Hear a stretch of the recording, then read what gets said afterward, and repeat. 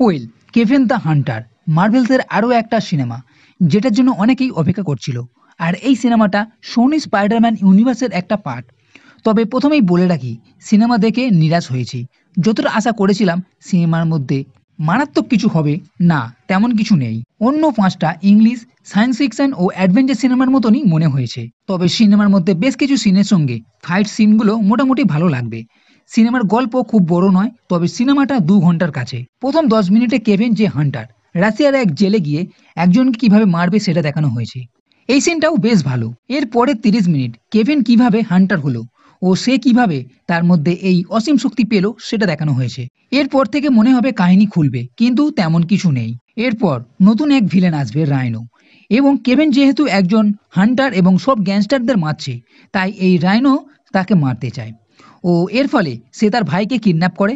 এইবার কেভিন তার ভাইকে বাঁচাতে আসবে। তবে শেষের দিকে একটা ছোট করে টুইস্টও আছে তার বাবাকে নিয়ে।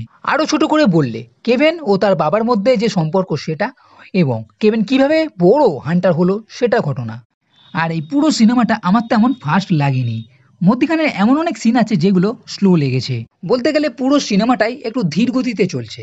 সিনেমার মধ্যে তেমন কোনো বড় টুইস্টও দেখতে পাওয়া যায়নি।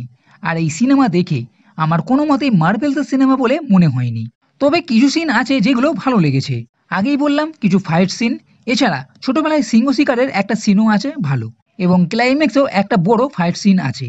আর এই সিনগুলোর জন্যই সিনেমাটা দেখা যেতে পারে, না হলে আমার মনে হয় না সিনেমার মধ্যে তেমন কিছু আছে। এই সিনেমা প্রপারলি হিন্দি ডাবের সঙ্গে রিলিজ হয়েছে, তাই চাইলে একটা নতুন সিনেমা দেখার জন্য কেভিন দ্য হান্টার সিনেমাটা দেখে নিতে পারেন। তবে আবারও বলছি, এই সিনেমা দেখার সময় খুব বেশি আশা করবেন না। ওয়ান টাইম ওয়াচ হিসাবেই আমার মনে হয় এই সিনেমাটা থেকে যাবে। তো বন্ধুরা, এই ভিডিওটি যদি ভালো লেগে থাকে তাহলে লাইক করো, কমেন্ট করো, শেয়ার করো, আর এই চ্যানেলটির সাথে করতে কখনোই ভুলবে না। এই ভিডিও দেখার জন্য ধন্যবাদ।